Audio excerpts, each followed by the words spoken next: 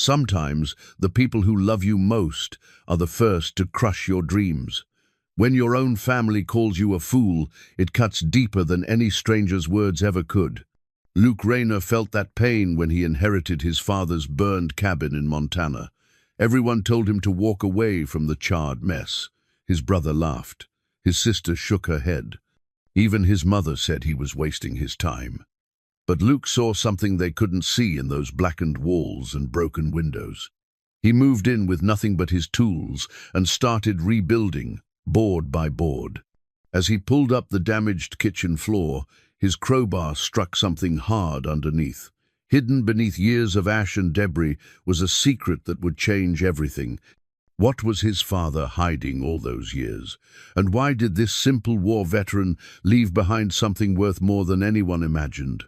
Before we jump back in, tell us where you're tuning in from, and if this story touches you, make sure you're subscribed, because tomorrow I've saved something extra special for you. Luke Rayner had never been the successful one. At 43, his hands bore the calluses of honest work, but his bank account told a different story.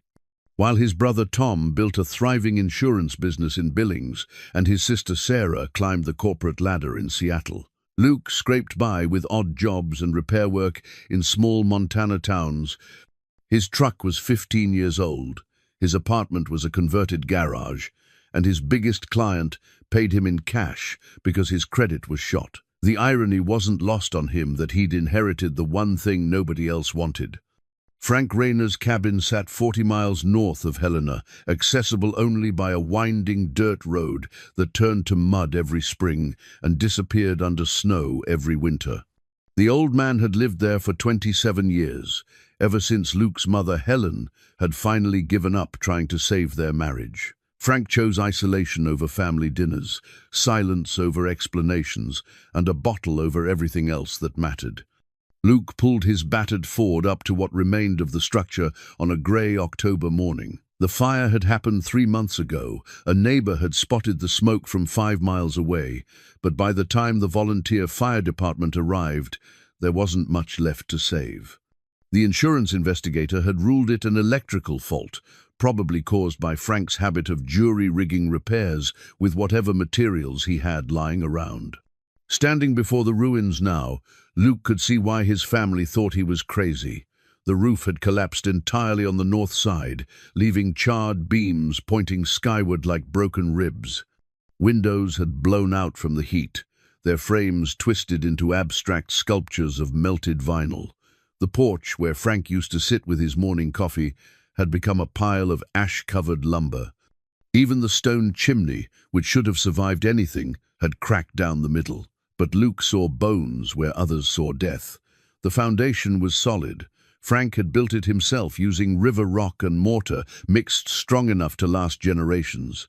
The south wall had survived mostly intact, its log construction proving the old man knew something about building to last. Most importantly, the well still produced clean water, and the septic system Frank had installed just 5 years ago remained undamaged. "You could build something nice here," Luke murmured to himself, running his palm along the surviving wall. "Something that would make you proud, Dad." His relationship with Frank had been complicated, to put it kindly. Luke remembered a different man from his early childhood, someone who taught him to use tools, who showed him how to read the grain in wood, who explained that measuring twice and cutting once wasn't just about carpentry. But that Frank had disappeared gradually, replaced by someone distant and bitter. By the time Luke graduated high school, conversations between father and son rarely extended beyond grunts and nods. The drinking had gotten worse after the divorce. Frank would show up to Luke's baseball games smelling like whiskey, or miss them entirely. He'd promised to teach Luke to drive stick shift, then forget about it for months. When Luke started his own handyman business at 25, Frank had offered exactly one piece of advice: don't expect it to make you rich. Still, Luke had kept visiting. Every few months, he'd drive out to the cabin with groceries or supplies, hoping for something resembling a normal conversation. Frank would accept the help without thanks, offer Luke a beer, and they'd sit on the porch in silence, watching the sun set behind the mountains. Luke had always assumed there would be time to fix things between them eventually. The heart attack had taken that possibility away on a Tuesday morning in March. Frank was found 3 days later by the mail carrier, slumped over his kitchen table with a cup of coffee gone cold. The funeral had been small, just immediate family and a few neighbors who barely knew him. Luke had been surprised by how many people showed up, and even more surprised by how many of them mentioned Frank's kindness when Luke wasn't looking. "He fixed my tractor once," an elderly farmer had told Luke after the service. "Wouldn't take a penny for it, said he was just helping a neighbor. Your dad used to leave firewood on my porch every winter," another neighbor had added. "Never said a word about it, but I knew it was him." These glimpses of Frank's hidden generosity had haunted Luke for months. They suggested a man entirely different from the bitter recluse Luke thought he knew. Maybe that's why, when Tom and Sarah immediately started pressuring him to sell the property, Luke had felt compelled to refuse. "It's worthless, Luke," Sarah had argued during their last family meeting. "The land's too remote for development, too small for ranching, and now there's no house. Cut your losses and walk away." Tom had been more direct. "You think you can fix this? Look around, brother. Even Dad couldn't make a go of it out here. What makes you think you can do better?" Their mother had tried to be supportive, but Luke could see the worry in her eyes. "Honey, you don't have the money for a project like this. Maybe it's time to be practical." But Luke had already made his decision. He'd taken the small inheritance left by his grandfather, money he'd been saving for emergencies, and put it toward basic supplies. His plan was simple: move into the cabin's shell, live rough while he rebuilt it, and create something worthy of the man his father might have been underneath all that pain. The day he'd announced his intention to move out here, the family reactions had been swift and predictable. Tom had called him an idiot. Sarah had accused him of wasting everyone's time with his romantic notions. Even Helen had suggested he was having some kind of breakdown. "This isn't about proving anything to Dad," Luke had insisted, though he wasn't entirely sure that was true. "It's about not letting something with good bones go to waste." Now, standing in the ruins with his toolbox and a thermos of coffee, Luke began the methodical work of assessment. He'd brought his father's old toolbox, the one Frank had carried through 40 years of construction jobs before the drinking made steady work impossible. The tools were worn but well-maintained, each one bearing the patina of countless projects. Holding his father's hammer, Luke could almost feel the echo of all the work it had accomplished. The kitchen had been the heart of the fire, which made sense given Frank's casual attitude toward electrical safety. Luke carefully picked through the debris, looking for anything salvageable. Most of the appliances were twisted metal, and the cabinets had been reduced to charcoal. But as he worked, something caught his eye. In the corner where the old stove had stood, the floorboards looked different. While everything around them was burned black, these particular boards showed scorch marks in an odd pattern, almost as if something beneath them had protected them from the worst of the heat. Luke knelt down and ran his fingers along the wood grain. These weren't the same pine boards used in the rest of the cabin. These were oak, much harder to burn, and they'd been cut to fit this specific space. Curious, Luke fetched his crowbar from the toolbox. The first board came up easily, revealing what looked like a purposefully built compartment. His heart began to race as he pried up the second board, then the third. There, nestled in a space that had been carefully carved out of the floor joists, sat a metal fireproof box. Luke's hands trembled slightly as he lifted it out. The box was heavy, about the size of a briefcase, with a simple combination lock that looked like it had been installed recently. The metal showed no signs of fire damage. Frank had chosen its hiding place well. Luke carried the box outside and set it on the tailgate of his truck. 3 months of wondering about his father's secrets, and here was something concrete, something hidden, something important enough that Frank had built a special compartment to protect it. The combination lock had 4 digits. Luke tried Frank's birth year first, then his own, then Helen's. Nothing. He tried Frank's military service number. Luke had memorized it from hearing his father recite it to VA representatives over the years. The lock clicked open on the third digit. Inside, wrapped in oiled cloth, were items that made no immediate sense. Photographs of Frank in military uniform, but not from his official service during Korea. These showed him with a small group of men in what looked like civilian clothes, standing in front of mining equipment. The terrain looked like Montana, but Luke didn't recognize the location. Beneath the photographs were medals Luke had never seen before, commendations that didn't match his father's official military record. There were handwritten notes in Frank's careful script, mostly cryptic references to places and coordinates. And at the bottom of the box, wrapped in a separate cloth, was a leather journal bound with string. Luke opened the journal carefully. The first entry was dated 1952, just after Frank's return from Korea. But instead of war stories, the pages contained detailed maps, geological surveys, and what appeared to be mining claims documentation. The handwriting was methodical, almost obsessive in its precision. As Luke read, a picture began to emerge that challenged everything he thought he knew about his father. These weren't the writings of a broken-down veteran drowning his sorrows. These were the careful records of someone engaged in important, secretive work. The sun was setting by the time Luke closed the journal. He'd only read the first dozen pages, but already his understanding of Frank Raynor was shifting. The man who'd seemed to waste his life in isolation had actually been protecting something. The question was, what and why? He'd felt the need to hide it, even from his own son. Luke packed the box's contents carefully and locked it in his truck. Tomorrow he'd start asking questions. Tonight he'd make his first camp in the cabin ruins, sleeping in his tent next to the foundation where his father had lived and died with his secrets. As he rolled out his sleeping bag on the only intact section of flooring, Luke realized something had changed. For the first time in his adult life, he felt like he was exactly where he was supposed to be. His family might think he was a fool, but his father had left him a mystery that was worth solving. The charred cabin suddenly felt less like a burden and more like an inheritance of a different kind entirely.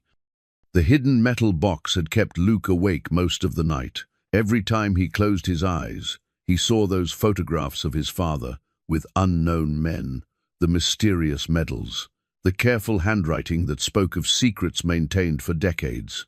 By dawn, he was already brewing coffee over his camp stove, the journal spread open beside him on a makeshift table built from sawhorses and plywood. The morning light revealed details he'd missed in yesterday's fading sun. The photographs weren't just casual snapshots, they had the formal composition of official documentation. Each image showed the same group of 5 men in what appeared to be mining gear, but their posture and bearing suggested military training.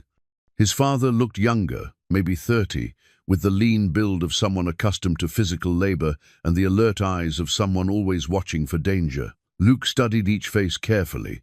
These weren't the kind of men Frank would have met in his official army service. Korea had been infantry work, muddy trenches and desperate firefights, not the organized exploration these photos suggested. Yet the dates on the back of the pictures placed them during Frank's supposed service years. The journal provided more questions than answers.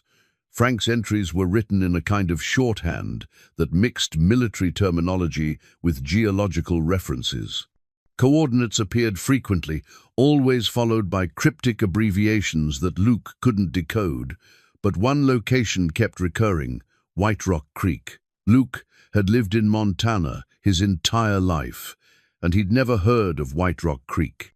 He opened his phone's mapping application, but the weak cellular signal this far from town made internet searches impossible. He'd need to drive back towards civilization to research properly.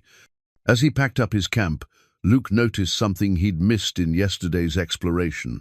The corner where he'd found the box wasn't the only place where the floorboards looked different. There were at least 3 other sections where the wood grain didn't match the surrounding boards. Frank hadn't just hidden one thing, he'd built multiple concealment points throughout the cabin. The realization made Luke's hands shake as he loaded his crowbar. His father hadn't been paranoid or eccentric. He'd been methodical, professional, the kind of careful that came from understanding real consequences. Luke chose the section near what had been Frank's bedroom. The boards here had survived better than those in the kitchen, and they pried up with less effort. Underneath, he found another compartment, this one containing items that made even less sense than the first discovery. A canvas bag held what appeared to be ore samples, chunks of quartz shot through with gold veins. Not the kind of samples a casual prospector might collect, but professionally extracted specimens with numbered tags and documentation. Each sample was labeled with coordinates and dates, the handwriting matching Frank's journal entries. More disturbing were the newspaper clippings, yellowed with age but carefully preserved in plastic sleeves.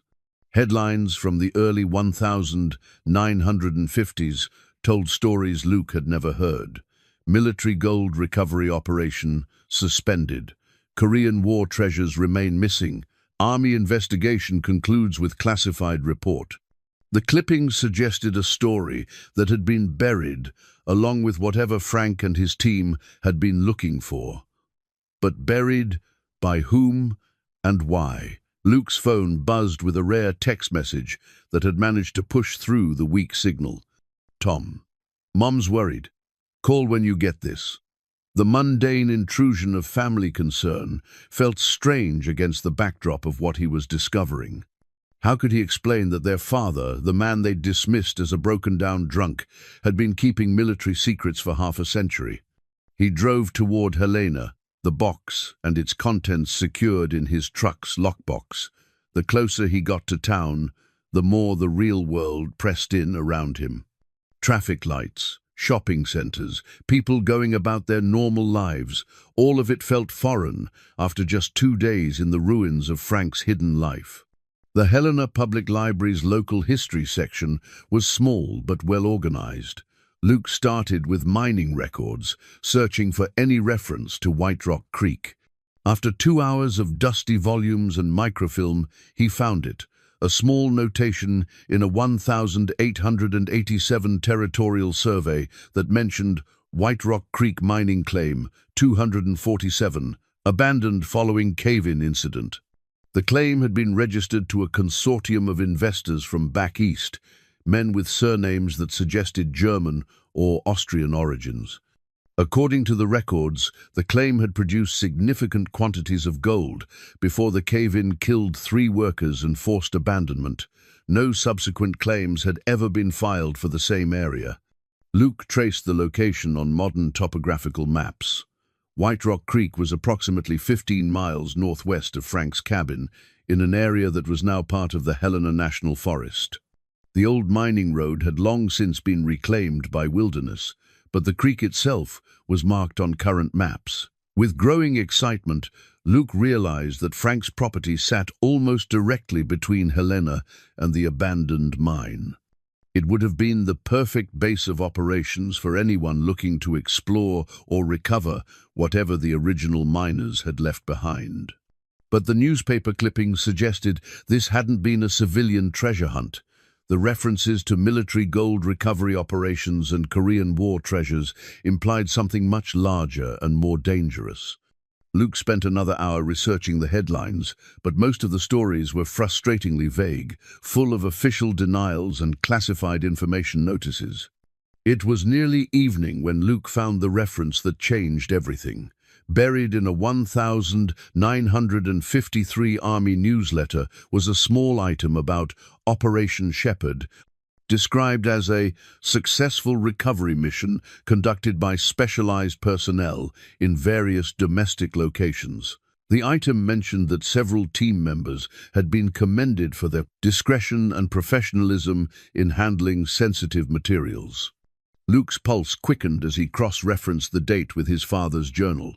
Frank's entries from late 1952 and early 1953 contained repeated references to someone called Shepherd, always capitalized, always mentioned with what seemed like cautious respect.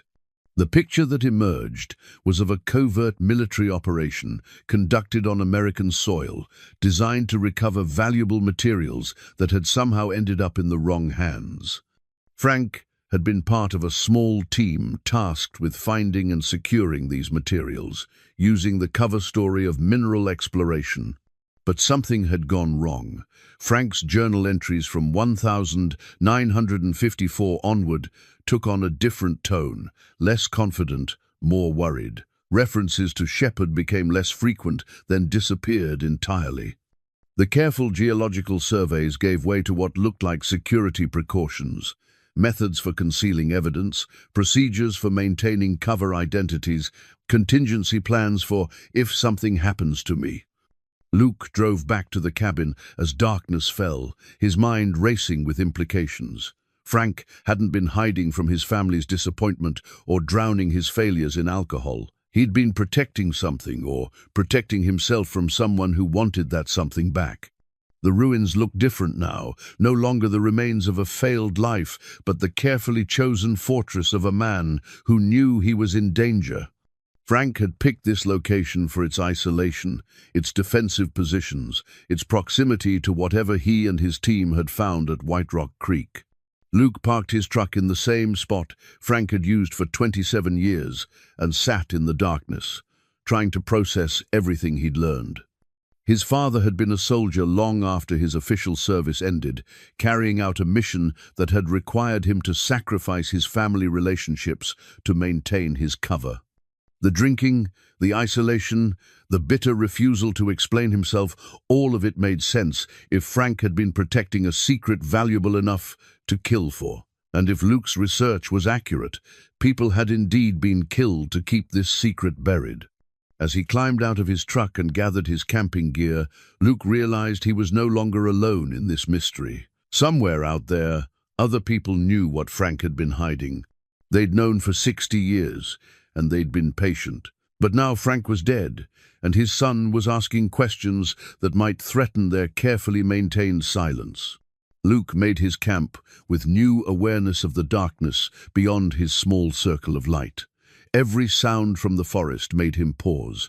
Every shadow seemed to hide potential threat. For the first time, he understood why Frank had chosen such complete isolation.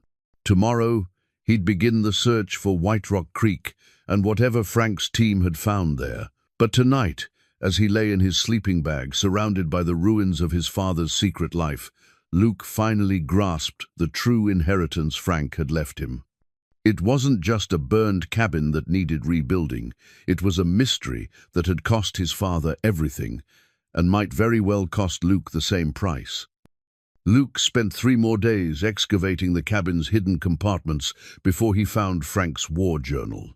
Unlike the sparse entries in the first journal, this leather-bound book contained detailed accounts of missions that bore no resemblance to Frank's official military service record. The journal revealed a side of his father that Luke had never imagined. Frank wrote with the precision of someone documenting evidence, each entry carefully dated and witnessed with initials that Luke assumed belonged to his team members.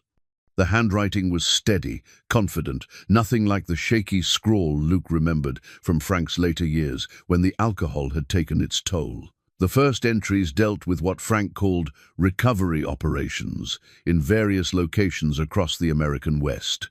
The team had been tasked with tracking down Nazi gold that had been smuggled into the United States during the final months of World War II. According to Frank's records, high-ranking German officers had used a network of sympathizers to move substantial quantities of stolen treasure out of Europe as the Third Reich collapsed. Luke read with growing fascination as Frank described a systematic hunt that had taken the team from Colorado mining towns to Nevada ghost towns, following paper trails and whispered rumors. They weren't the only ones searching. Frank's journal mentioned competitors who seemed willing to use violence to claim the treasure for themselves. The operation had been classified at the highest levels. Frank's team reported directly to someone, identified only as Shepard, who provided intelligence and resources while maintaining complete secrecy about the mission's true scope. The official story, if anyone asked, was that they were conducting geological surveys for the Army Corps of Engineers.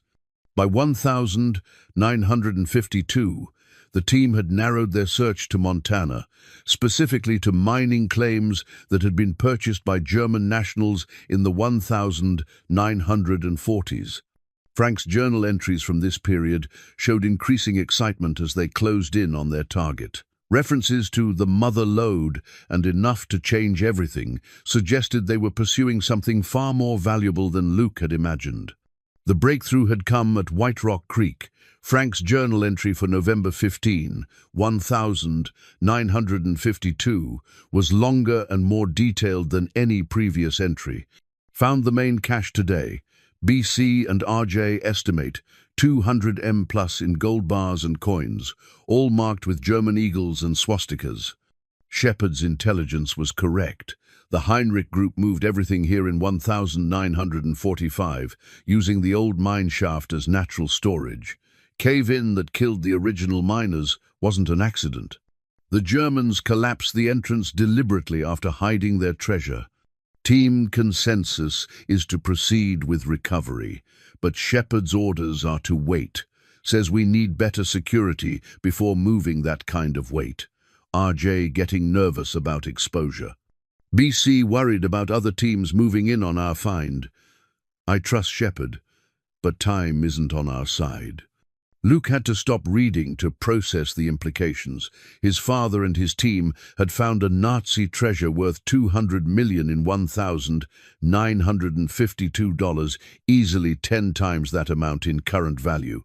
They'd found it, but they hadn't recovered it. Subsequent entries revealed why. Frank's handwriting became increasingly tense as he described surveillance by unknown parties, equipment sabotage, and what appeared to be deliberate attempts to delay or disrupt their operation. Someone else knew about the treasure, and they were willing to fight for it. The situation had deteriorated rapidly in early 1953. Frank's journal entries became shorter, more paranoid. Team members began reporting strange encounters, men asking questions in local towns, vehicles following them at a distance, break-ins at their temporary camps. Shepard had ordered them to suspend operations and maintain surveillance only, but it was clear that their security had been compromised. The final entries were the most disturbing. Frank wrote about his teammates with growing concern. BC found dead in his motel room. Official causes heart attack, but he was 29 years old and healthy as a horse. RJ's truck went off the road near Great Falls, brake failure, they said, but RJ was the best mechanic I ever knew.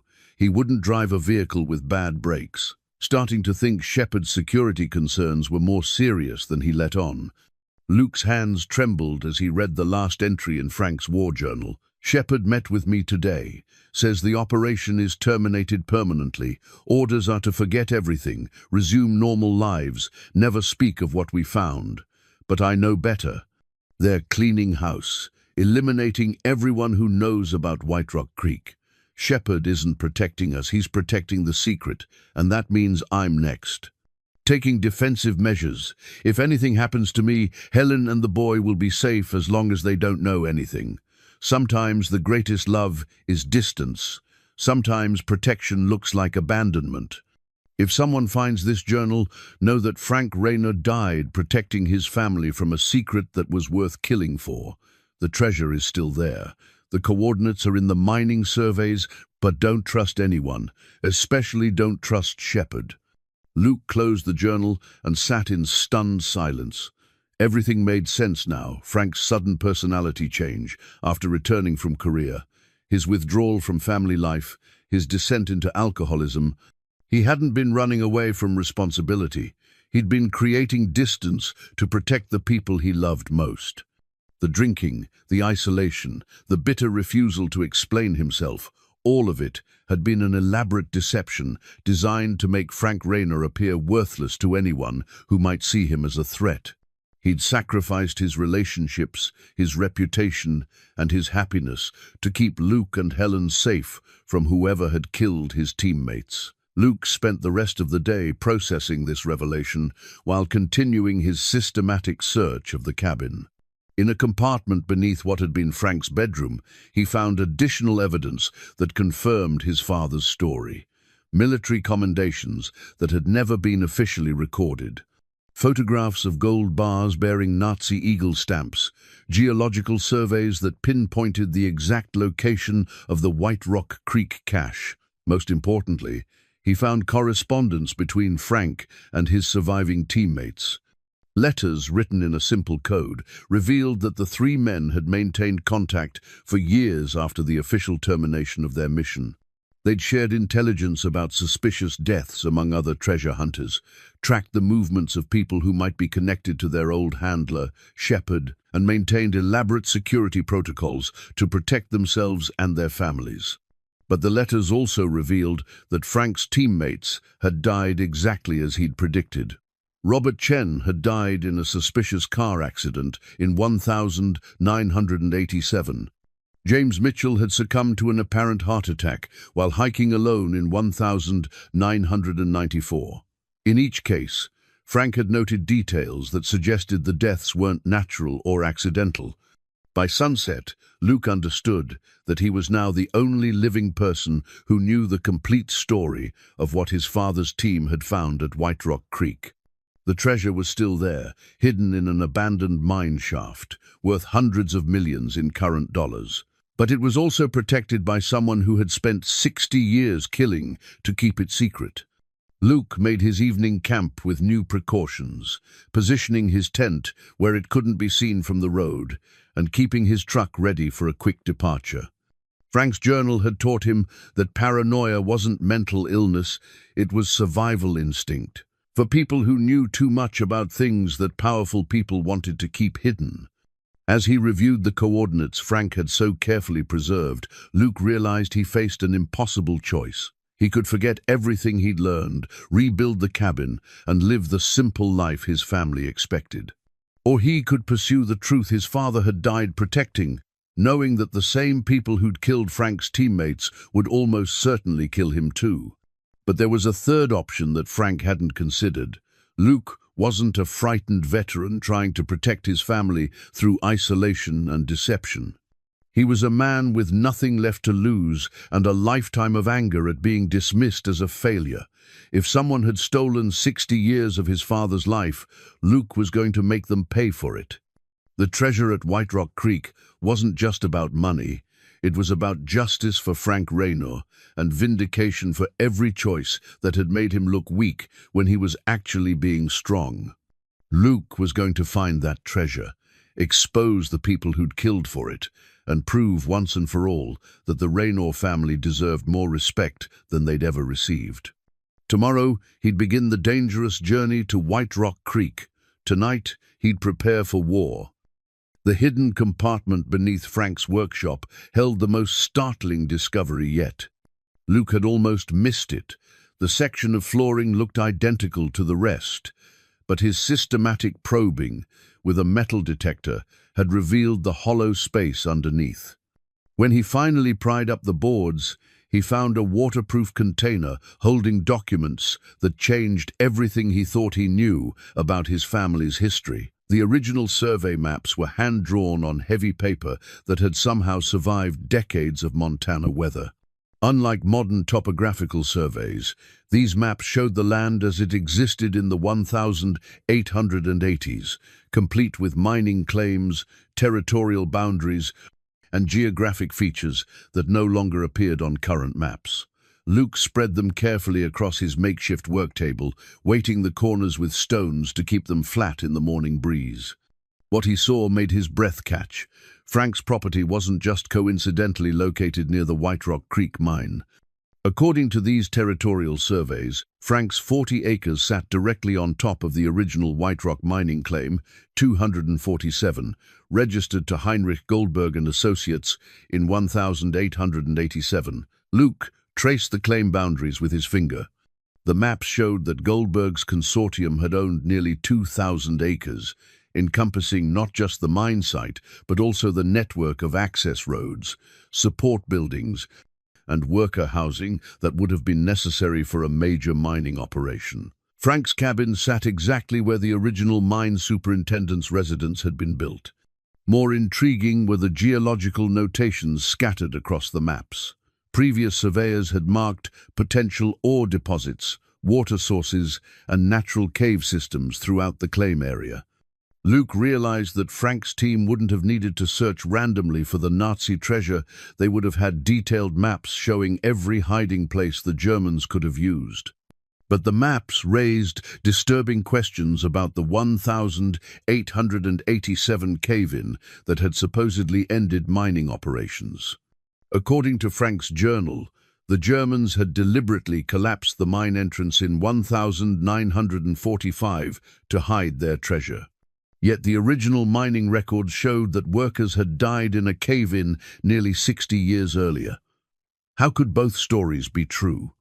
Luke found the answer in a folder of documents that had been preserved with the same meticulous care Frank applied to everything else. Death certificates from 1,887 showed that 3 men had indeed died in a mining accident, but not from a cave-in. They'd been crushed when a support timber failed during excavation of a new tunnel.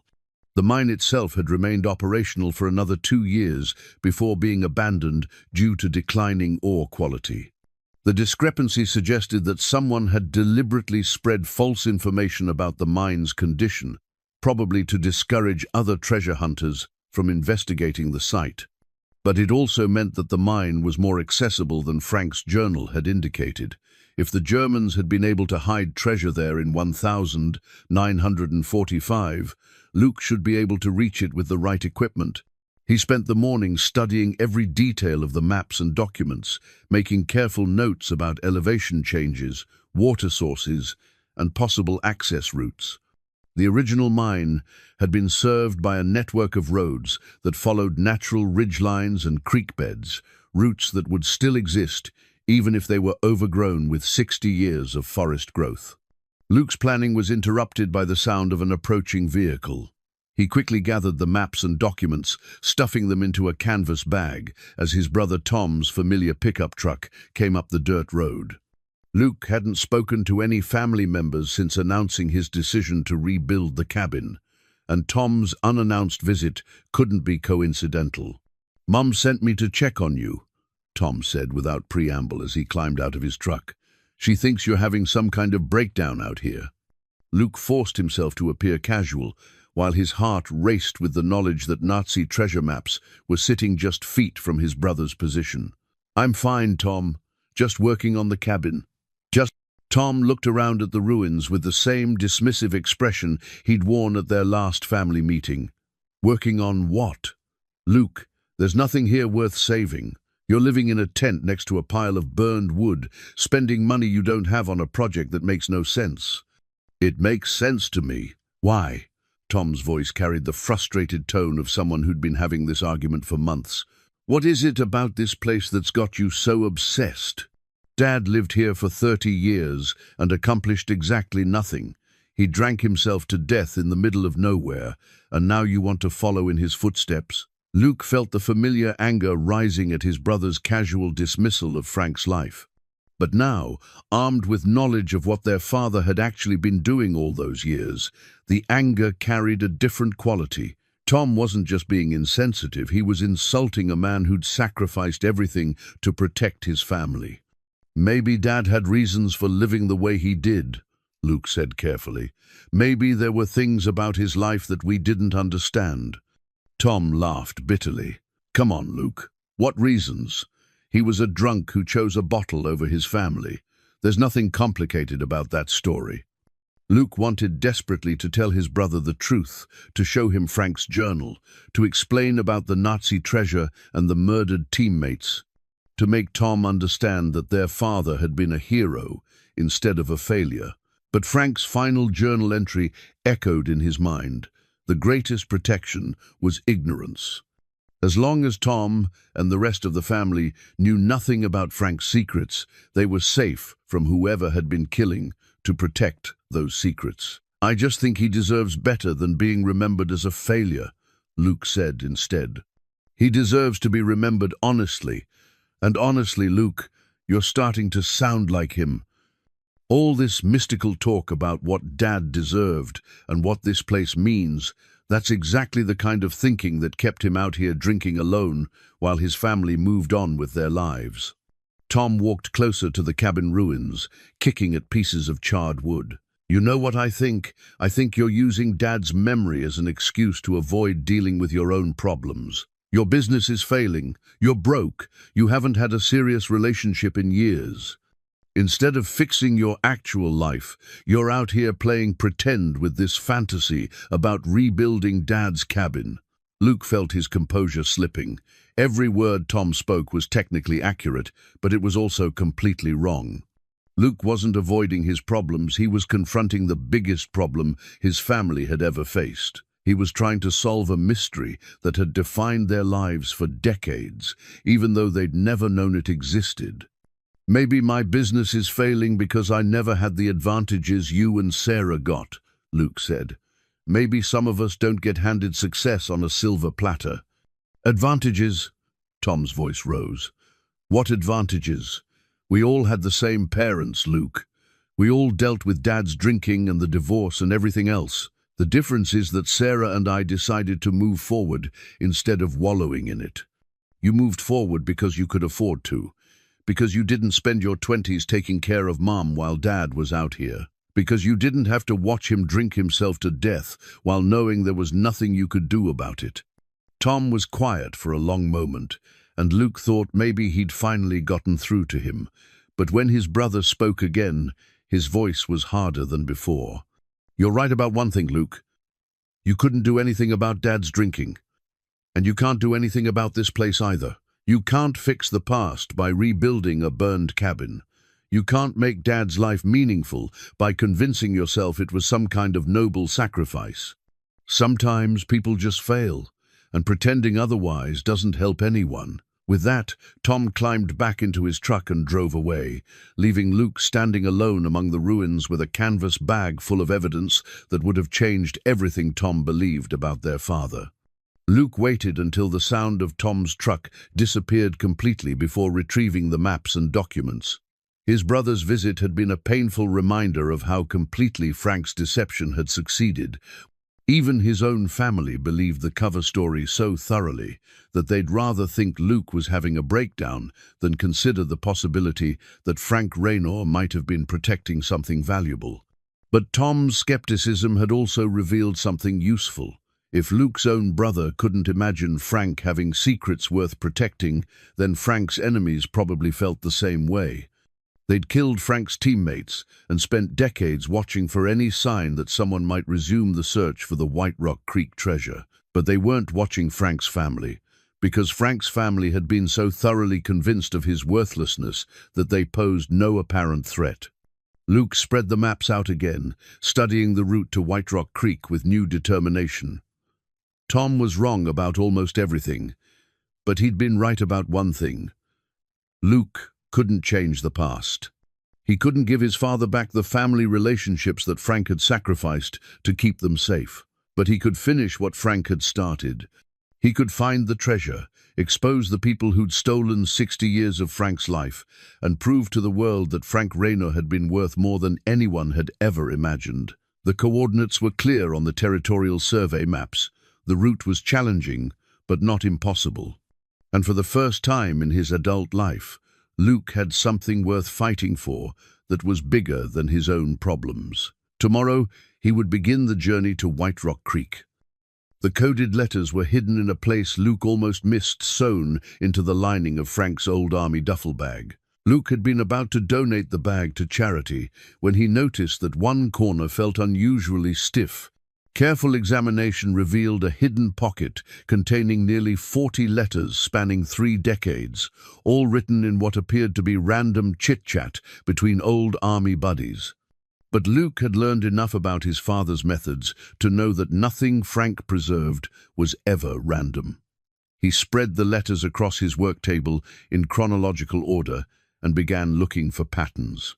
The breakthrough came when he realized that certain words appeared with unusual frequency across multiple letters, words like fishing, weather, and equipment that seemed innocuous individually but might carry deeper meaning when analyzed systematically. Luke had never been good at puzzles, but 43 years of construction work had taught him patience and methodical problem-solving. He created a simple grid system, noting every recurring phrase and its context. After several hours of work, a pattern emerged that made his blood run cold. The letters weren't just coded, they were tracking a systematic campaign of murder that had lasted for decades. The earliest letters, dated 1954, came from Robert Chen and James Mitchell, Frank's surviving teammates. Written in the casual tone of veterans staying in touch, they actually documented the suspicious deaths of other treasure hunters who'd gotten too close to the White Rock Creek secret. A fishing trip meant someone was asking questions about the mine. Bad weather indicated that the person had been warned off or scared away. Equipment failure meant they'd been killed. By 1960, the letters revealed that at least 12 people had died under suspicious circumstances while searching for Nazi treasure in Montana. Some were independent prospectors following old rumors. Others were former military personnel who'd heard whispers about Operation Shepherd. All of them had suffered convenient accidents right around the time they'd started getting close to the truth. Frank and his teammates had been documenting these deaths, comparing details, and slowly realizing that their former handler, the mysterious Shepherd, was still actively protecting the secret they'd uncovered. But the letters also revealed something more disturbing. Shepherd wasn't working alone. References to the organization and management decisions suggested that the White Rock Creek treasure was being protected by a group with substantial resources and long-term planning capabilities. The letters from the 1970s showed increasing paranoia as Frank's teammates realized they were being watched. Robert Chen wrote about sales calls from insurance agents who asked too many questions about his health and family. James Mitchell mentioned job opportunities that seemed designed to relocate him to more isolated areas where accidents might be easier to arrange. Frank's responses, written in the same careful code, revealed his strategy for staying alive. He'd cultivated his reputation as a worthless drunk, specifically to make himself appear unthreatening. The more pathetic Frank Rayner seemed to outside observers, the less likely he was to be seen as someone capable of finding and exploiting a multi-million-dollar treasure. But the strategy had only worked for so long. The letters from the 1980s documented the systematic elimination of Frank's teammates, despite their precautions. Robert Chen's death in 1987 had officially been ruled a heart attack, but his final letter to Frank contained details that suggested otherwise. Chen had been visited by old army friends, asking about his service record just weeks before his death. He'd been in perfect health and had no family history of heart disease. James Mitchell's death in 1994 had been even more suspicious. The letter preceding his death mentioned that Mitchell had been contacted by a researcher writing a book about forgotten military operations in the Korean War era. The researcher had asked specifically about geological survey work and any unusual discoveries Mitchell might have made during his service. Mitchell had been found dead on a hiking trail 3 days after agreeing to an interview. The final letters in the sequence, dated just months before Frank's own death, revealed that the elderly veteran had known his time was running out. But instead of despair, Frank's coded messages showed grim satisfaction. He'd spent decades preparing for this moment, carefully documenting everything he knew and hiding the evidence where it would eventually be found by someone he trusted. Luke realized that Frank's entire life strategy had been built around this moment, the day when his son would find the hidden letters and understand what really happened to Frank Rayner and his teammates. Every choice Frank had made, every sacrifice he'd endured, had been designed to keep the secret safe until Luke was ready to inherit it. But the letters also contained a warning that made Luke's hands shake as he decoded it. Frank's final message to his dead teammates revealed that Shepherd now in his 90s but still dangerous, had recently made contact with surviving family members of the operation's participants.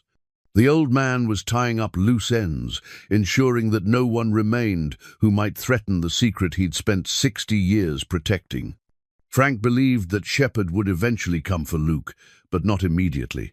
As long as Luke appeared to be nothing more than a failed handyman obsessed with rebuilding his father's cabin, he would be safe.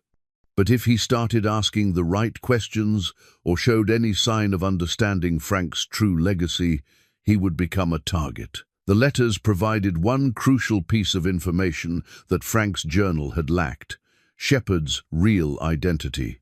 The coded references were subtle, but they painted a picture of someone with government connections, substantial financial resources, and the ability to arrange convenient accidents across multiple states over many decades. Frank's teammates had identified him as Clayton Morrison, a Korean War veteran who'd parlayed his military service into a successful career in defense contracting. Luke researched Morrison on his phone, fighting the weak cellular signal to piece together a public biography that seemed almost too perfect. Morrison had indeed served in Korea, rising to the rank of colonel before transitioning to civilian work with major defense contractors. He'd built a fortune in government contracts, maintained extensive political connections, and earned a reputation as a patriotic businessman who supported veterans' causes. The public face was exactly what someone would create to hide a lifetime of systematic murder. Morrison had the resources to arrange accidents, the connections to influence official investigations, and the perfect cover story to explain his interest in military history and veteran affairs. But Morrison was also in his 90s now, and even the most careful killer couldn't maintain operations indefinitely. Frank's letters suggested that the old man was training successors, passing his knowledge and responsibilities to younger operatives who would continue protecting the White Rock Creek secret after his death. Luke packed the letters carefully and secured them with the rest of Frank's evidence. The sun was setting, and he needed to make decisions about his next moves. He now knew who was responsible for his father's death and why. He knew where the treasure was hidden and how to reach it. Most importantly, he knew that he was living on borrowed time. Morrison and his organization had allowed Luke to play with his burned cabin because they didn't see him as a threat. But that protection would disappear the moment Luke showed any sign of understanding his father's secrets or pursuing the White Rock Creek treasure. The smart move would be to pack up his camping gear, drive back to town, and forget everything he'd learned. Luke could rebuild his handyman business, maintain his family relationships, and live the safe, modest life that everyone expected from him. But as Luke sat in the gathering darkness, surrounded by evidence of his father's courage and sacrifice, he realized that safety had never been an option for the Raynor family. Frank had tried to protect his loved ones through distance and deception, but Morrison had killed him anyway. Luke could run, but there was no guarantee that Morrison wouldn't eventually decide that even a harmless failure like Luke Raynor posed too much risk to ignore. The only real safety lay in exposure. If Luke could find the treasure, document Morrison's crimes, and present evidence to the right authorities, he could eliminate the threat that had hung over his family for 60 years. It would be the most dangerous thing he'd ever attempted, but for the first time in his adult life, Luke Raynor had a chance to be the hero his father had always been in secret. Bobby Chen looked older than his 78 years when Luke finally tracked him down at a veterans assisted living facility in Missoula. The drive had taken Luke most of the morning, and he'd spent the entire journey rehearsing what he would say to Robert Chen's younger brother, the only surviving relative of Frank's teammate who might have answers about the coded letters. "I don't talk about Bobby's army service," the old man said before Luke had even finished introducing himself. "Told the family years ago that some things are better left buried." But something in Luke's face must have convinced him, because after a long pause, Bobby Chen invited Luke to his small apartment and made coffee with hands that shook only slightly from age rather than fear. "You found something, didn't you?" Bobby asked without preamble. Something Frank left behind that made you understand what really happened to our boys. Luke nodded and carefully extracted one of the coded letters from his jacket pocket. My father and your brother Robert stayed in touch for 30 years after Korea. They were documenting something, tracking people who died under suspicious circumstances. Bobby took the letter with reverence, his eyes scanning the familiar handwriting. Robert always said Frank was the smartest of them. Said Frank would find a way to tell the truth eventually, even if it took decades. Bobby looked up at Luke with eyes that held 60 years of carefully guarded secrets. You sure you want to hear this story, son? Because once I tell it, you'll be carrying the same burden that killed your father and my brother. I'm already carrying it, Luke replied. I just want to understand what it means. Bobby poured coffee into 2 mismatched mugs and settled into his worn recliner. Your father never told you about the real mission, did he? About what they found in that mine shaft? Luke shook his head, though he'd pieced together most of the story from Frank's hidden documents. Nazi treasure, Bobby said simply, but not just gold bars and stolen jewelry. These were the crown jewels of the SS financial network, bearer bonds, rare gems, art pieces, things worth more than entire countries' annual budgets. The Germans had moved it all to Montana in the final months of the war, using sympathizers in the mining industry to hide it where no one would think to look. Bobby's voice took on the cadence of someone who'd rehearsed this story in his mind countless times over the decades. Operation Shepherd was supposed to be a simple recovery mission. Find the treasure, secure it for the U.S. government, and ensure it never fell into the wrong hands. Frank's team was perfect for the job, experienced soldiers who could handle themselves in rough country, smart enough to follow complex trails, and loyal enough to keep quiet about sensitive operations. But something went wrong, Luke said. Everything went wrong. Bobby's hands tightened around his coffee mug. The man they called Shepherd, Colonel Clayton Morrison, he wasn't working for the government, he was working for himself. The whole operation was a setup from the beginning. Morrison used military resources and personnel to conduct his own treasure hunt, then planned to eliminate the team once they'd done the hard work of finding and recovering the cash. Luke felt his stomach clench as Bobby confirmed what he'd suspected from the coded letters. Morrison killed them. Not directly, not at first. Morrison was too smart for that. He ordered the team to suspend operations and maintain surveillance only, claiming there were security concerns. But Frank and the boys figured out what was really happening. Morrison was waiting for the heat to die down, planning to come back later with his own people and claim the treasure for himself. Bobby stood up slowly and walked to a small desk in the corner of his apartment. From a locked drawer, he withdrew a digital recorder that looked decades newer than anything else in the room. Robert made this recording 3 days before he died, Bobby said. Mailed it to me with instructions to give it to Frank's family if anything happened to all of them. Took me 30 years to work up the courage to listen to it myself. Luke's pulse quickened as Bobby pressed play. His brother Robert's voice filled the small apartment, speaking with the measured tone of someone making a final confession. If you're hearing this, it means Morrison finally got to me. I've been expecting it for years, we all have. Frank thinks he's safe because he's made himself look like a worthless drunk. But Morrison's people have been watching all of us. They're patient, but they're thorough. The treasure is still at White Rock Creek, exactly where we left it in 1952. Morrison never recovered it because he needed us alive to do the actual work, and we never gave him the chance. The location is marked on Frank's survey maps. Bobby will know where to find them if something happens to Frank too. But here's what Morrison doesn't know. We documented everything. Every murder, every cover-up, every connection between Morrison's defense contracts and the money he's been using to silence witnesses. Frank has copies of everything, hidden where only his family will find them. The gold is worth maybe $200 million today. But Morrison's crimes are worth more than that. There's enough evidence to bring down his entire network of corrupt officials, crooked contractors, and hired killers. If someone finds this recording, they'll have the power to destroy a criminal organization that's been operating for 60 years. Robert's voice grew weaker, more urgent. Tell Frank's boy that his father was a hero. Every drink, every failed relationship, every moment that made him look weak, it was all to protect the people he loved. Frank Raynor sacrificed everything so that his family could live normal lives while he carried this burden alone.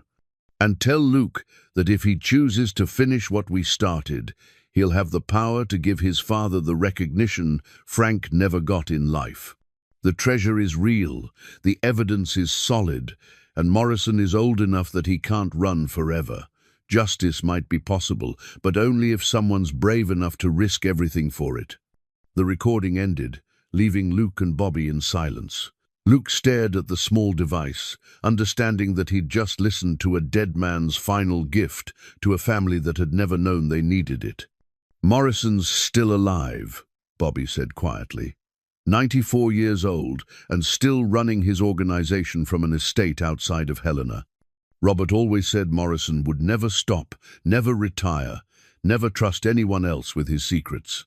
The only way this ends is when Morrison dies or when someone makes him pay for what he's done. Luke thought about his family's dismissive attitude toward Frank's legacy, their certainty that he'd wasted his life in isolation and self-pity. They had no idea that Frank had been protecting them from a man who'd spent 60 years committing murder to hide his crimes. Robert mentions evidence that Frank hid, Luke said. Documents about Morrison's network. Bobby nodded toward Luke's jacket pocket, where the coded letters were carefully stored. Those letters are just the beginning. Frank was documenting everything Morrison's business connections, the defense contracts he used to fund his operations, the network of people who helped him arrange accidents and cover up murders. If you've found Frank's hiding places, you've probably found evidence that could destroy Morrison's entire organization. Luke realized that his systematic search of the cabin's hidden compartments had been more productive than he'd understood. The documents he'd found weren't just treasure maps and war stories. They were the accumulated evidence of a decades-long criminal conspiracy. But you have to understand, Bobby continued, Morrison isn't just one old man anymore. He's built an organization that survives him. If you go after the treasure or try to expose his crimes, you'll be fighting people who have unlimited resources and 60 years of experience at making problems disappear. Luke stood up and shook Bobby's hand, understanding that this conversation had changed everything. He was no longer just a failed handyman trying to make sense of his father's secrets. He was the inheritor of a mission that had cost multiple lives and threatened everyone Frank had ever cared about. "Thank you for telling me the truth," Luke said. Bobby held his handshake for a long moment. Robert always said Frank's boy had more potential than anyone realized. Said you got your father's stubbornness and your mother's heart. If anyone can finish what our boys started, it might be you. As Luke drove back toward the cabin, he carried more than just Bobby's confession. He carried the weight of understanding that his father's entire life had been shaped by one moment of discovery in a Montana mine shaft, and that Luke's life was about to be shaped by the same moment. The choice was no longer whether to search for the treasure. The choice was whether to let Frank Raynor's sacrifice mean something, or to let Morrison's organization continue killing people to protect secrets that should have been exposed decades ago. By the time Luke reached the cabin ruins, he'd made his decision. Luke found the business card tucked inside Frank's journal, so carefully placed that he'd missed it during his first readings. The card was expensive stock, cream-colored with raised lettering. Morrison Defense Solutions, Clayton Morrison, Chairman Emeritus. On the back, in Frank's careful handwriting, the shepherd, still watching after all these years. What made Luke's blood turn cold wasn't the confirmation of Morrison's identity. He'd already pieced that together from the coded letters. What terrified him was the date written beneath Frank's note, just 3 weeks before Frank's death. Morrison hadn't been a distant threat from Frank's past. He'd been an active, ongoing presence right up until the end. Luke's hands shook as he turned the card over again, studying the address printed below Morrison's name. Morrison Defense Solutions was located in Helena, less than 50 miles from Frank's cabin. For 30 years, while Luke and his family believed Frank was living in isolation, their father had been under surveillance by the man who'd killed his teammates. The implications hit Luke like physical blows. Morrison hadn't just known about Frank, he'd been close enough to monitor him personally, close enough to arrange the electrical fire that had destroyed the cabin, close enough to ensure that Frank's death looked natural while eliminating any evidence Frank might have left behind. Except Morrison hadn't found all the evidence. Frank had been too careful, too thorough in his preparations. The old soldier had spent decades hiding documentation in places so clever that even a professional like Morrison couldn't locate them all. Luke grabbed his laptop and searched for Morrison Defense Solutions, fighting the weak cellular signal to access the company's website. What he found looked like the perfect front for a criminal organization. Morrison's company specialized in historical research and asset recovery services for government agencies and private clients. The services they advertised, document analysis, site investigation, and discrete problem resolution, could easily describe treasure hunting and witness elimination. Most disturbing was the client list. Morrison Defense Solutions had contracts with the Department of Defense, the Department of Veterans Affairs, and various intelligence agencies. Morrison hadn't just built a criminal organization, he'd embedded it within the legitimate government structure, using official contracts to fund and justify his operations. Luke scrolled through news articles and press releases, building a picture of Morrison's public persona. The man was a pillar of the Helena community, known for his generous donations to veterans organizations and his work preserving Korean War history. He'd received numerous awards for his service to the military community, including recognition from senators and congressmen who praised his dedication to honoring America's heroes. The perfect cover for someone who'd spent 60 years killing those same heroes to protect his stolen fortune. Luke found a recent photograph from a veterans' charity dinner. Morrison looked exactly like what he was supposed to be, a distinguished elderly gentleman with white hair, expensive clothes, and the bearing of someone accustomed to respect and deference. But Luke could see something else in Morrison's eyes, something that reminded him of the careful watchfulness he'd noticed in Frank's later photographs. This was a man who'd survived decades of criminal activity by never relaxing his guard, never trusting anyone completely, never leaving loose ends that could threaten his carefully constructed life. Luke realized that Morrison had probably attended Frank's funeral. The thought made him sick, imagining Morrison standing among the handful of mourners, offering condolences to Luke's mother while knowing that he'd murdered her ex-husband. Morrison would have been watching Luke that day, evaluating whether Frank's son posed any threat to secrets that were worth killing for. Luke had passed whatever test Morrison applied. A failed handyman with no apparent interest in his father's past, no military training, no resources for conducting complex investigations. Luke had looked like exactly the kind of harmless failure that Morrison could ignore safely. But Luke's decision to rebuild the cabin had changed the equation. Morrison's organization would have been monitoring the property, probably through automated surveillance systems that could detect unusual activity. They'd know that Luke was living on the site, that he was conducting systematic searches of the ruins, that he'd discovered at least some of Frank's hidden compartments. Luke checked his phone and saw that he had a voice message from an unknown number. The message was brief and courteous. "Mr. Raynor, this is Patricia Holmes from Morrison Defense Solutions. Mr. Morrison would like to meet with you to discuss your father's military service and some historical documents that might be of interest to our research department. Please call me at your earliest convenience to arrange a meeting." Luke deleted the message immediately, understanding that Morrison's patience had finally run out. The old man knew that Luke had found something significant, and he was moving to contain the situation before it became uncontrollable. But Morrison's approach revealed something important about his current capabilities. Instead of arranging a convenient accident, Morrison was trying to handle Luke through official channels. That suggested either that Morrison was too old and careful to risk direct action, or that he was constrained by factors Luke didn't understand. Luke spent the rest of the day reviewing everything he'd learned about his father's secrets, looking for advantages he might have missed. Frank's documentation was thorough, but it focused on the past, proving what Morrison had done to Frank's teammates, not predicting what Morrison might do to Luke. The key was in Frank's final journal entry, the warning about, "If something happens to me."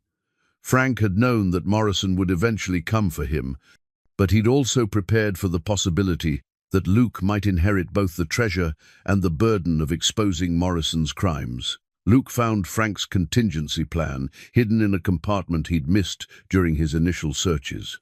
The plan was typically thorough, detailed instructions for contacting specific journalists, FBI agents, and congressional staffers who might be willing to investigate Morrison's organization.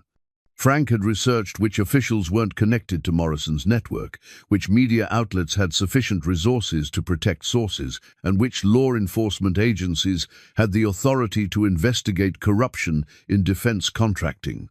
But Frank's plan also revealed the full scope of what Luke was facing. Morrison's organization included current and former government officials, military officers, defense contractors, and private security personnel. They had access to classified databases, surveillance equipment, and resources that made them essentially untouchable through normal legal channels. Frank's strategy had been based on overwhelming evidence rather than official protection. If Luke could recover the treasure, document Morrison's crimes, and simultaneously release the information to multiple independent outlets, the resulting scandal would be too big for Morrison's organization to contain or cover up. The plan was dangerous, but it was also Luke's only real chance for survival. Morrison had already decided that Luke knew too much to ignore. Running wouldn't help. Morrison's organization had tracked down and eliminated people across multiple states over many decades. Luke's only safety lay in making Morrison's secrets so public that killing him would create more problems than it solved. Luke packed Frank's evidence carefully, understanding that he was now carrying the accumulated proof of a criminal conspiracy that had operated for 60 years. The documents weren't just his father's legacy, they were Luke's weapon in a war that had started before he was born and would only end when either Morrison or Luke was dead. As he prepared for what he knew would be his final night at the cabin, Luke realized that Frank's greatest deception hadn't been pretending to be a worthless drunk. Frank's greatest deception had been raising a son who looked harmless enough that Morrison would underestimate him until it was too late to stop what Luke was about to unleash. Tomorrow, Luke would begin the journey to White Rock Creek and the Nazi treasure that had cost so many lives. But more importantly, he would begin the process of giving Frank Raynor the recognition he'd earned through 30 years of silent heroism. Morrison Defense Solutions was about to discover that they'd made a fatal mistake by allowing Luke Raynor to inherit his father's war. Luke found his father's final letter on the morning he planned to leave for White Rock Creek. It was hidden in the most obvious place imaginable, taped to the underside of Frank's favorite coffee mug, the one Luke had been using every morning since moving to the cabin. Frank had known that his son would eventually claim that small piece of familiarity from the ruins of his childhood home. The letter was written on the same heavy paper Frank had used for his journals, but the handwriting was different, looser, more personal, as if Frank had finally allowed himself to write as a father instead of a soldier documenting evidence. "Luke," it began, "if you're reading this, it means you found my secrets and chose to pursue them instead of walking away.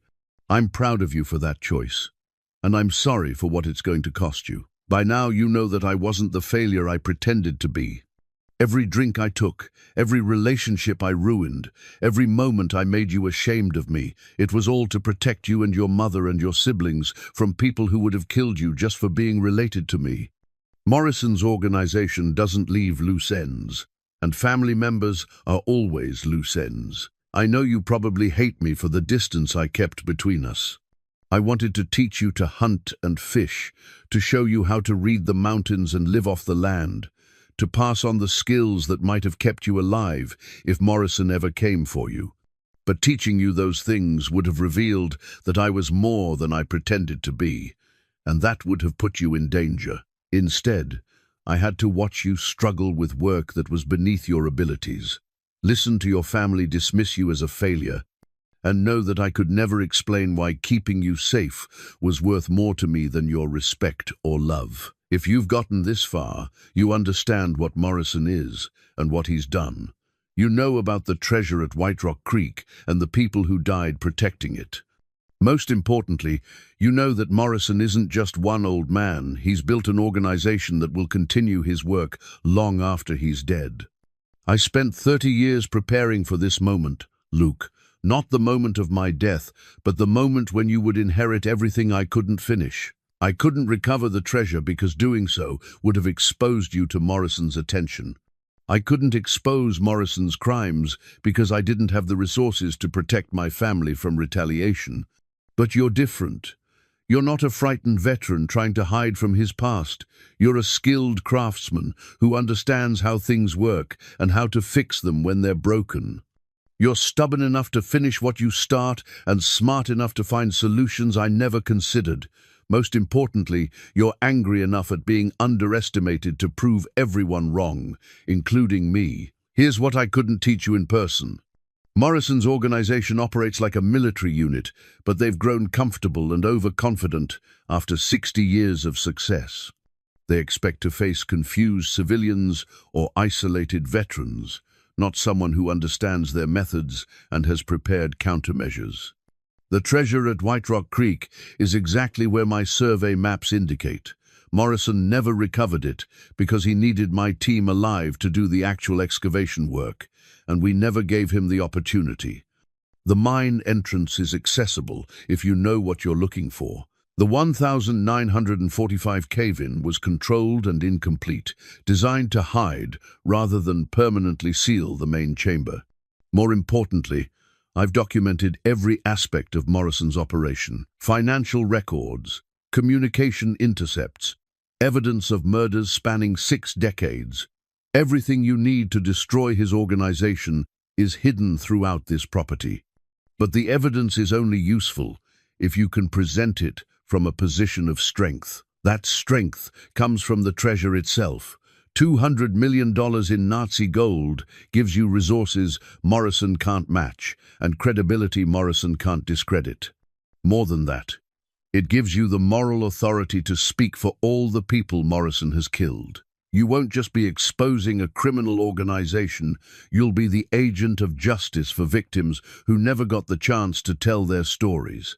Morrison will try to stop you, but he's operating under constraints you can exploit. He can't risk exposure through direct action, and he can't trust his subordinates with the complete truth about what they're protecting. Use his paranoia against him. Force him to make mistakes by threatening the secrets he values more than the lives he's destroyed. I know I'm asking you to risk everything for something I couldn't accomplish myself. I know your family will think you're crazy for pursuing this, and I know you might die trying to finish what I started. But I also know that you're the only person who can end this, and that ending it is the only way our family will ever be truly safe. Morrison believes he's dealt with the last of the threats to his operation. Prove him wrong. Your father always, Frank Reynaud. P.S. Check the well. I left you some insurance. Luke read the letter 3 times before carefully folding it and placing it with the rest of Frank's documents. His father's words carried the weight of 30 years of preparation and sacrifice, but they also carried something Luke had never heard from Frank in life: absolute confidence in his son's abilities. Luke walked to the old well behind the cabin ruins, understanding that Frank's idea of insurance would be something practical and immediately useful. The well cover had been damaged in the fire, but the mechanism still worked. Luke lowered a flashlight on a rope, examining the walls as it descended. 20 feet down, he found what Frank had left for him: A waterproof container held military equipment that Frank had somehow acquired during his years of preparation, night vision goggles, radio equipment, and other gear that would give Luke tactical advantages Morrison wouldn't expect a civilian to possess. But the most important item was a detailed topographical map of the area between the cabin and White Rock Creek, marked with surveillance positions, patrol routes, and defensive positions that Frank had identified during decades of careful observation. Morrison's people had been watching Frank, but Frank had been watching them too. Luke studied the map carefully, understanding that this was Frank's final gift, not just equipment, but knowledge. Frank had spent 30 years learning Morrison's methods, identifying his weaknesses, and preparing countermeasures that Luke could implement.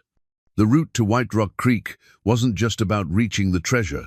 It was about doing so without being detected, eliminated, or stopped by an organization that had 60 years of experience at preventing exactly this kind of expedition. Luke spent the afternoon preparing for his departure, following Frank's detailed instructions for equipment, supplies, and tactical considerations. But his preparations were interrupted by visitors who changed everything he thought he knew about the dangers he was facing. His family had come to stage an intervention. Helen, Tom, and Sarah arrived in 2 cars, clearly having coordinated their approach to present a united front. Luke watched them park near the cabin ruins, understanding that someone had called them with concerns about his mental state and increasingly erratic behavior. "We're worried about you," Helen said without preamble as Luke met them outside his tent. "You've been out here for 2 weeks, barely staying in contact, and now Tom says you're acting like Dad did in his final years." Luke realized that Morrison's organization hadn't needed to eliminate him directly. They'd simply made sure his family would do the job for them, removing Luke from the cabin before he could complete his search or begin his journey to the treasure. "I'm fine, Mum. Just working on the cabin and trying to understand Dad's life." Sarah stepped forward with the no-nonsense attitude that had made her successful in corporate environments. "Luke, this obsession with Dad's secrets isn't healthy. Whatever you think you found in these ruins, it's not worth destroying your life over." Tom was more direct. "We think you should come back to town, get some professional help, and let us handle selling the property. You're not thinking clearly, and we're not going to stand by and watch you turn into Dad." Luke wanted desperately to tell them the truth, to show them Frank's letter, to explain about Morrison's organization, to make them understand that everything they believed about their father was wrong. But Frank's warning echoed in his mind. The greatest protection was ignorance. As long as his family believed Luke was having a breakdown, they were safe from Morrison's attention. But if they learned about the treasure and the decades-long criminal conspiracy, they would become targets, just as Frank's teammates had been targets. Luke made the hardest decision of his life. He would let his family think he was mentally ill, rather than put them in danger by revealing the truth. "You're right," he said, injecting just enough uncertainty into his voice to sound convincing. "I think I have been obsessing over Dad's stuff. Maybe I do need some help."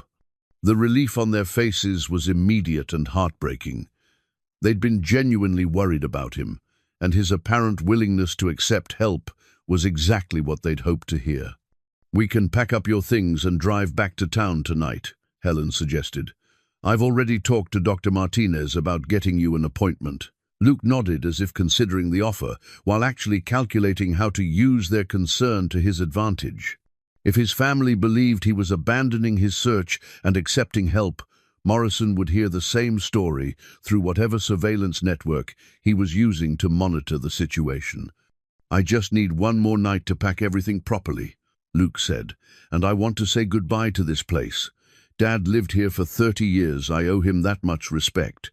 His family agreed to return the next morning, giving Luke exactly the window he needed. They would drive back to town, convinced that Luke was ready to give up his obsession with the cabin. Morrison would receive the same intelligence and would probably call off whatever immediate action he'd been planning. But Luke wouldn't be at the cabin when his family returned. He'd be beginning the journey to White Rock Creek, using their genuine concern as cover for the most dangerous mission he'd ever attempted. As he watched his family drive away, Luke understood that Frank's sacrifices had been even greater than he'd realized. Frank hadn't just given up his relationships to protect his family, he'd given up the possibility of ever being understood or appreciated by the people he loved most. Luke was about to make the same sacrifice. His family would think he'd run away from their help, confirming their worst fears about his mental state. They'd never know that he'd actually run toward the most important fight of his life. Frank's letter had been right about one thing. Luke was angry enough at being underestimated to prove everyone wrong. Tomorrow, he would begin proving that Frank Rayner's son was capable of finishing what his father had started, no matter what it cost him. Luke's radio crackled with Agent Wong's voice. "We have teams en route to your location. Do not engage with Morrison or his personnel. Continue documenting evidence and maintain communication with us." But Morrison had heard the same transmission. Luke watched through his scope as the old man's demeanor shifted from helpful citizen to military commander. Morrison began issuing rapid orders to his tactical team, repositioning them for what was clearly going to be a final assault on Luke's position. "Sir," one of Morrison's men said, his voice carrying through Luke's surveillance equipment, "FBI is en route. We need to abort and extract." Morrison's response was cold and decisive. 60 years of operational security doesn't end because some federal agents got curious. We finish this now, eliminate all witnesses, and clean up the scene before official response arrives. Luke realized, with sick certainty, that Morrison was planning to kill not just him, but his entire family. The old man couldn't allow any witnesses to survive who could connect Morrison Defense Solutions to the events at White Rock Creek. Luke keyed his radio for what he knew might be his final transmission. "Agent Wong, Morrison is ordering his people to eliminate all witnesses, including my family members. He's going to kill everyone here and stage it as a mining accident or equipment failure. You need to get here faster than he thinks you can." Morrison's tactical team was already moving. Luke could see them advancing up the slope toward his position, while others surrounded the mine entrance, where his family waited unknowingly. Professional soldiers with military-grade equipment, coordinating an operation they'd probably rehearsed dozens of times over the years. But Luke had advantages Morrison didn't expect. Frank's tactical training had covered asymmetric warfare, how to fight superior forces using terrain, preparation, and enemy overconfidence. Luke had spent hours studying Frank's annotations about the mine's layout, defensive positions, and escape routes. More importantly, Luke was fighting for something Morrison couldn't understand. Morrison was protecting stolen wealth and criminal secrets. Luke was protecting his family and his father's legacy. The difference in motivation mattered more than the difference in resources. Luke triggered the first of Frank's prepared surprises. His father had spent decades preparing for this confrontation, and part of that preparation had involved strategically placed charges designed to collapse specific sections of the mine while leaving escape routes intact. The controlled explosion sent Morrison's advance team scrambling for cover while creating a cloud of dust and debris that obscured Luke's movements. Luke used the confusion to move to a secondary position Frank had prepared, one that gave him clear sightlines to where Morrison was holding his family. Through his scope, Luke could see Morrison's rage at having his carefully planned operation disrupted by preparations he hadn't anticipated. The old man was discovering that Frank Rayner had been planning for this confrontation just as carefully as Morrison had been planning to prevent it. Luke's radio buzzed with multiple incoming transmissions. FBI teams were closer than Morrison had calculated, and they were coordinating with local law enforcement and emergency services for a major tactical response. News helicopters were already en route, having intercepted Luke's earlier broadcasts about Nazi treasure and government corruption. Morrison was running out of time to contain the situation, but he was also running out of options for escape. His organization had operated successfully for 60 years because they'd never faced exposure on this scale. A few dead treasure hunters could be covered up easily. A coordinated media and law enforcement response to a major Nazi treasure discovery involving defense contractor corruption was an entirely different problem. Luke watched Morrison make his final calculation. Instead of trying to eliminate all the witnesses and clean up the scene, Morrison decided to cut his losses and eliminate just the primary threat. Luke could see the old man directing his team to prepare for a final assault on Luke's position while leaving his family as potential hostages. But Morrison had made a crucial error. He'd assumed that Luke would prioritize his own survival over his family's safety, just as Morrison himself would have done. Morrison expected Luke to stay in defensive positions while his family remained at risk. Instead, Luke did exactly what Frank would have done. He abandoned his prepared positions and moved directly toward the greatest danger, using Morrison's tactical assumptions against him. Luke's approach caught Morrison's team completely off guard. They'd positioned themselves to assault a fixed defensive position, not to deal with a mobile threat who was willing to sacrifice tactical advantage for strategic initiative.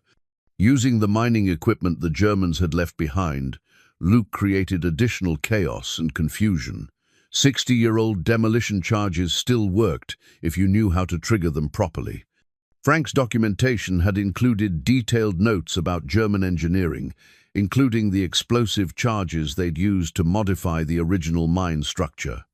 The secondary explosions forced Morrison's team into retreat positions while giving Luke the opportunity he needed to reach his family. But Morrison himself was waiting with a pistol aimed directly at Helen's head. "Frank's boy," Morrison said with grudging respect as Luke emerged from the smoke and debris. "You're more like your father than I expected, but you're also going to die like your father, protecting a family that never understood what you sacrificed for them." Luke could see Morrison's tactical situation clearly. The old man was trapped between Luke's position and the approaching FBI response, with no remaining options for escape or concealment. Morrison's organization was finished, his secrets were exposed, and his only remaining goal was to eliminate the people who destroyed his life's work. "My family doesn't need to die for this," Luke said, keeping his voice steady while calculating distances and angles. "Your fight is with me. Let them walk away." Morrison laughed bitterly. "Your family stopped being innocent the moment you decided to dig up secrets that were supposed to stay buried." Frank understood that. He kept his distance to protect them. You brought them right into the line of fire. Luke realized that Morrison was right about the tactical situation, but wrong about the strategic one. Luke had brought his family into danger, but he'd also brought Morrison into the open, where the old man could finally be held accountable for 60 years of murder and corruption. The sound of helicopters filled the valley as FBI tactical teams and news crews converged on White Rock Creek simultaneously. Morrison's window for eliminating witnesses was closing rapidly, forcing him into the kind of hasty, exposed action that had gotten so many of his victims killed over the decades. Luke took the shot his father had trained him for without ever explaining why.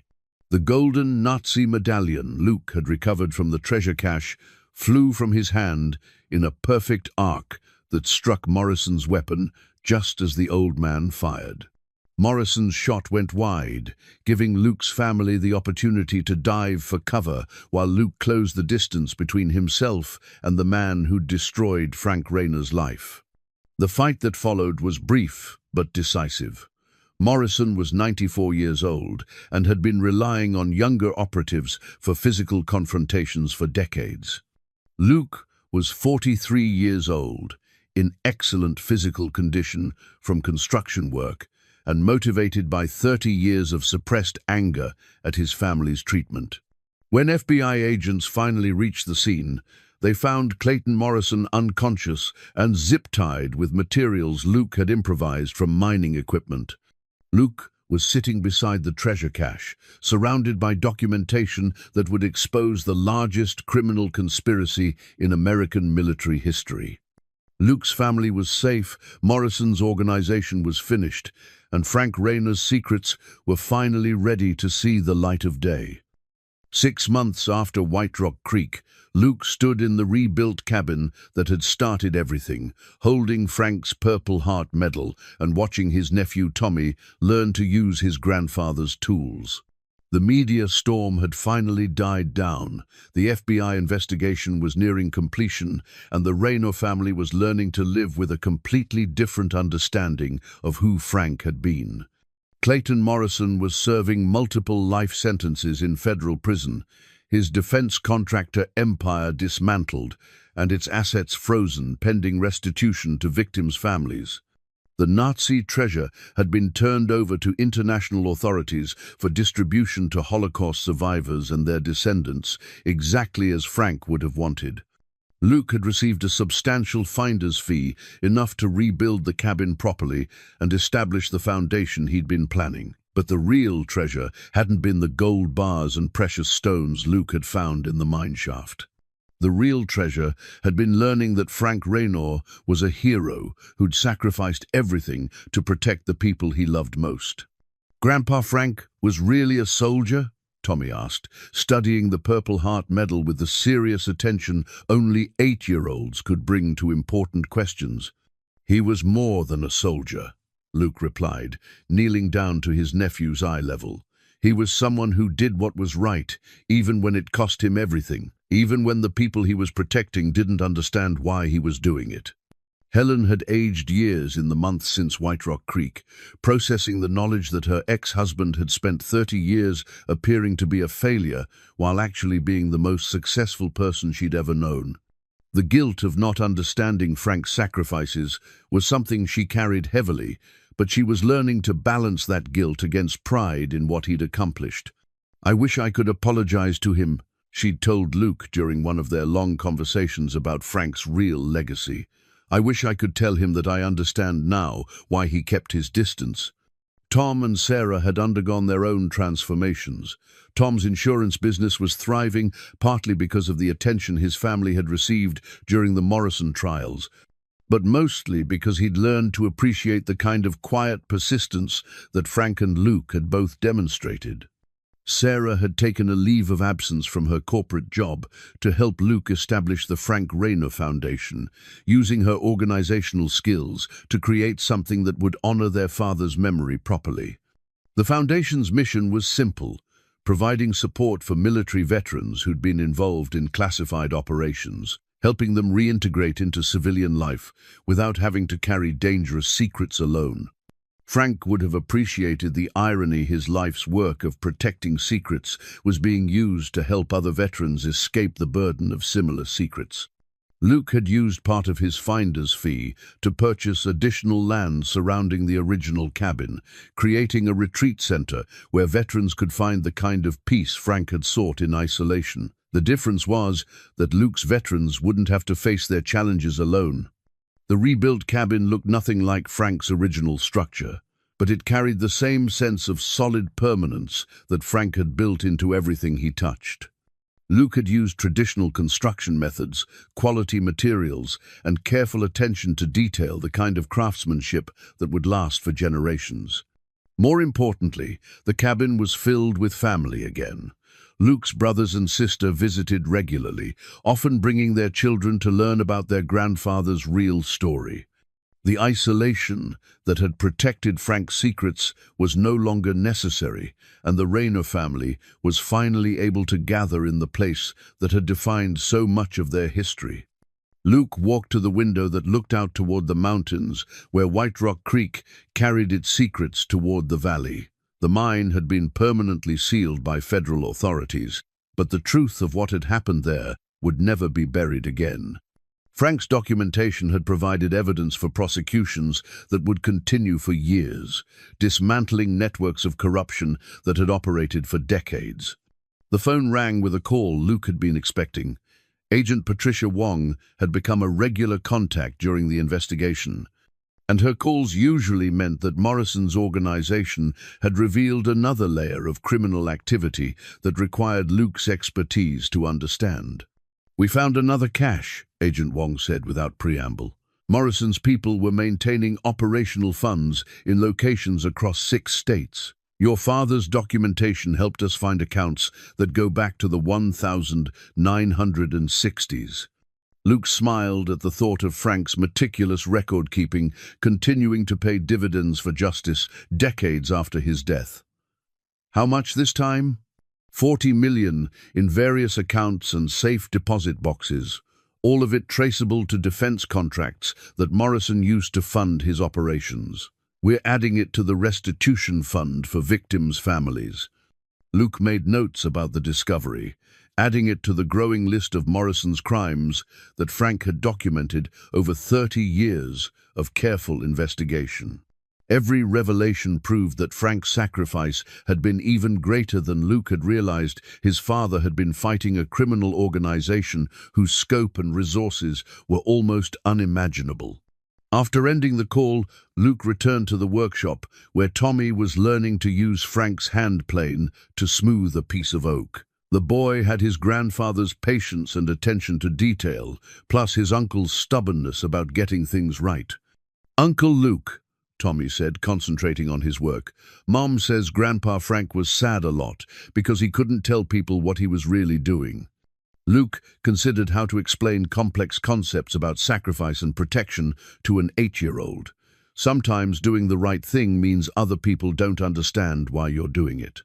Grandpa Frank knew that keeping his secrets would make people think he was a failure, but he also knew that telling his secrets would put his family in danger. Tommy nodded seriously, processing this information with the same methodical approach he applied to woodworking. So he picked protecting his family over looking good? Exactly. And that's what heroes do. They care more about protecting other people than about what other people think of them. Luke realized that Tommy would grow up with a completely different understanding of what strength looked like than Luke had possessed at the same age. Tommy would know that sometimes the strongest people were the ones who looked weakest to casual observers.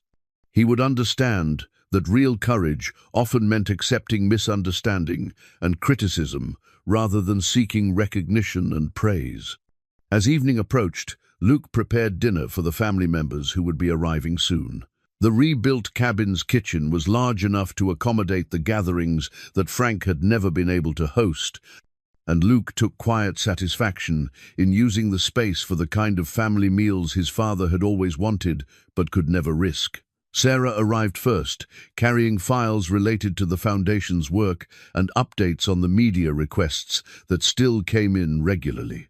The Raynor family story had captured public attention not just because of the Nazi treasure and government corruption, but because of the deeper themes about sacrifice, family, and the different ways people could be strong.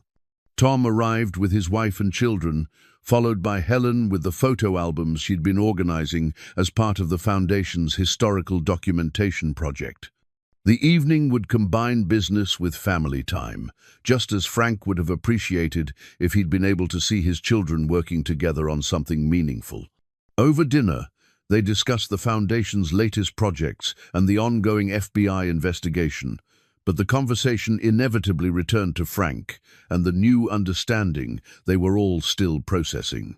"I keep thinking about all the times I criticized him for not taking better care of himself," Helen said, looking at the Purple Heart medal Luke had placed on the mantel. "All those years I thought he was giving up on life when he was actually giving up everything else to preserve life, our lives." Luke raised his glass of Frank's favorite whiskey, the good bottle that had been saved for special occasions that never came during Frank's lifetime. To Frank, Raynor, who taught us that the greatest love sometimes looks like distance, and that the strongest people are often the ones nobody notices.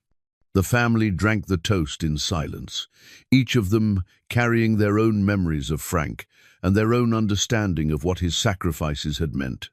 Later, after his family had gone home and Luke was alone in the cabin Frank had built and Luke had rebuilt, he sat on the porch and looked out at the Montana landscape that had witnessed so much hidden history. Frank's secrets were finally exposed, Morrison's organization was destroyed, and the Raynor family legacy was secure. But Luke knew that Frank's most important lesson wasn't about treasure or criminals or government conspiracies.